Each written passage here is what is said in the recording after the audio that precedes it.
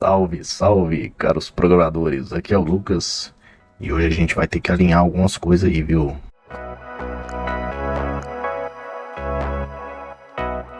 No vídeo de hoje a gente vai aprender a alinhar o rodapé lá embaixo no site. Sabe aquele probleminha que a gente tem quando o site tem pouco conteúdo e seu rodapé sobe? Você não vai ter mais esse problema. No vídeo de hoje a gente vai aprender a alinhar ele na parte de baixo do site. Eu separei aqui 4 formas diferentes de fazer isso. Então, bora pro vídeo, sem mais delongas. Antes de mais nada, gostaria de pedir aí pra você deixar o seu gostei no vídeo aí, se inscrever no canal, manda pros amigos, vamos aprender as coisas, vamos acabar com essas gambiarras que tem na internet e vamos aprender as coisas do jeito certo, vamos fazer acontecer as coisas do jeito certo, pelo amor de Deus. Para de ficar fazendo gambiarra no CSS, por favor, porque aí, se a gente for trabalhar junto um dia, eu não quero pegar código cagado seu não, hein, vai dar ruim. Basicamente eu criei aqui um projetinho, como vocês podem ver aí, que é o Disney pobre, né? Que é o Disney Plus sem conteúdo nenhum. Se vocês quiserem pagar a mensalidade aí, eu não vejo problema nenhum. Foi mais uma réplica mesmo que eu fiz para poder mostrar como que funciona essa questão aí de alinhar o rodapé embaixo do site. Mas antes da gente aprender as formas de alinhar o rodapé embaixo no site, a gente precisa aprender que existe um comportamento padrão no CSS para todos os elementos de bloco. Que são o quê? Divs, seções, articles, que é os elementos que a gente geralmente usa no HTML para poder empilhar coisas, né? Então, como que funciona? Aqui vocês podem ver que eu separei aqui o HTML em 3 blocos. O primeiro é o cabeçalho, o segundo é o conteúdo, que eu deixei de propósito aqui ele pequenininho, e o terceiro é o rodapé, que está alinhado lá embaixo. Vamos focar aqui no conteúdo só para vocês entenderem como funciona o elemento bloco. A gente pode inspecionar aqui, ó. Posso colocar aqui dentro dessa tag de conteúdo, eu vou colocar aqui um content editable, acho que é isso. Isso mesmo. Você pode ver que hoje, aqui ó, o tamanho dessa div é 27,5 de altura, nesse caso aqui. Porém, se eu colocar mais conteúdo nela aqui, crescer ela, conseguir fazer ela ficar com 2 linhas. Você pode ver aqui que o tamanho dela aumentou para 55 pixels, ou seja, o CSS por padrão, ele funciona como se fosse aquelas sacolinhas de vácuo que você guarda vegetais. Ele se adequa ao conteúdo que está ali dentro. Se tem 2 batatas dentro do saquinho, ela vai ter a altura das 2 batatas. Se tem 3, ela vai ter a altura das 3. Então, por padrão, ele vai encolher de acordo com o conteúdo filho que tem lá dentro. Então, esse é o comportamento padrão. O que a gente precisa fazer para que isso mude? A gente pode simplesmente vir aqui no código. Agora vamos vir aqui no código. Dentro da tag body, a gente tem altura mínima de 100 dv8. dv8 eu expliquei num outro vídeo, vou colocar aqui no card na descrição para vocês verem, né? Ele vai ocupar aí o tamanho todo da tela. Feito isso, a gente tem o espaço que a gente precisa, por exemplo, para colocar uma altura de 100% em qualquer um dos filhos, e ele vai crescer à medida que ele tiver ali espaço sobrando para ele crescer. Então, o primeiro exemplo, que é o do position, você simplesmente precisa colocar um position relative no pi, que é o elemento que vai conter tudo, e um position absolute dentro do elemento que você quer que fique embaixo, e um bottom 0. Esse bottom 0 significa que ele vai alinhar tudo embaixo. Só que esse exemplo aqui a gente tem um problema com ele, que é o quê? A gente precisa vir no outro elemento, que é o elemento que faz divisa com esse elemento, e precisa setar um padding para que o conteúdo não fique por baixo do outro conteúdo. Vou tentar explicar aqui, ó. Nesse caso aqui, digamos que essa tag main, eu vou colocar vários conteúdos aqui. Se eu der um recarregar aqui a página, vocês podem ver que existe aqui, ó, o conteúdo, ele tá passando aqui para trás. Se eu chegar aqui no último item aqui, trocar para blá blá blá blá blá, vocês não vão ver isso aqui. Por quê? Porque essa parte aqui, o rodapé tá ficando por cima dela, ela tá sobrescrevendo isso. Então o que a gente tem que fazer nesse caso aqui?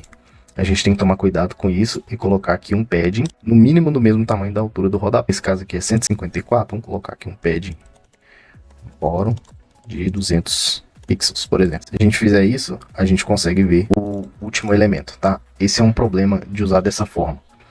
Por que é um problema? Você vai simplesmente ter essa questão de, se a altura do seu rodapé mudar, você tem que mudar lá o tamanho também. Se você esquecer, você vai ter conteúdo que o seu usuário não vai ver. A segunda forma que a gente tem é utilizando a função calc. Para quem não sabe, a função calc no CSS é uma função que ela calcula diferentes tipos de valores. Por exemplo, você pode somar pixel com porcentagem, com grau de ângulo de rotação das coisas.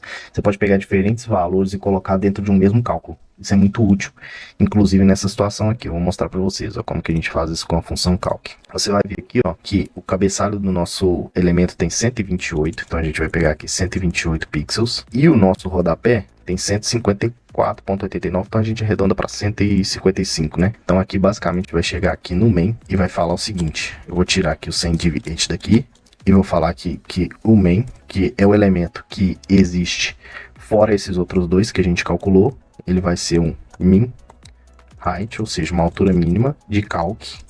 E aqui dentro eu vou passar 128 pixels mais 155 pixels. E aqui a gente vai fazer o seguinte, é 100 div8, ou seja, tá vendo que eu tô usando diferentes valores aqui dentro? 100 div8 menos isso.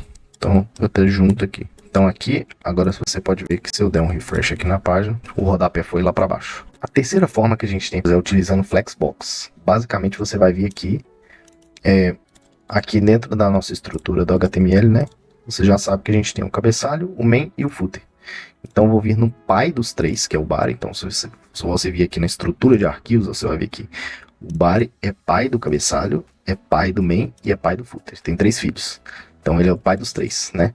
Então você vai vir aqui dentro do body, vai colocar um display flex aqui dentro. Você vai ver que vai ficar um elemento do lado do outro, né? Porque é isso que o Flexbox faz por padrão. Então a gente precisa mudar a direção do flex. Então eu vou colocar aqui um flex direction column. Ou seja, eu mudei a direção para a coluna. Aí você vai falar assim, ah, Lucas, tá do mesmo jeito. Sim, tá do mesmo jeito que estava antes. Porém, agora você pode vir aqui no main, é a div que você quer que cresça com o espaço disponível que ela tem. Você vai colocar flex grow 1 ou simplesmente flex 1. Tá? E aqui você vai ver que vai alinhar também. Antes de falar com vocês a última forma, né? Eu gostaria de pedir novamente aí o seu gostei no vídeo, se inscreve no canal, manda para algum amigo.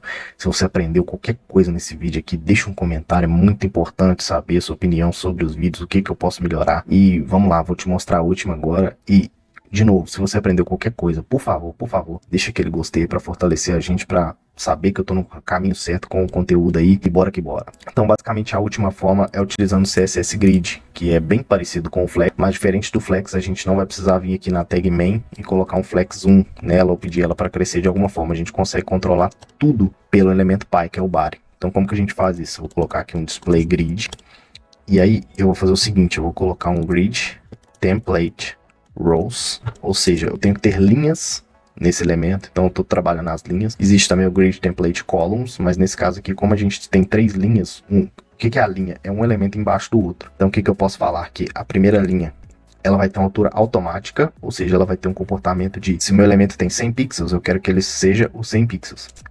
O segundo elemento, que é o main, eu preciso que ele seja uma fração do que sobrou da tela. E o terceiro, que é o rodapé, também vai ser automático, porque ele vai respeitar a altura do elemento em si.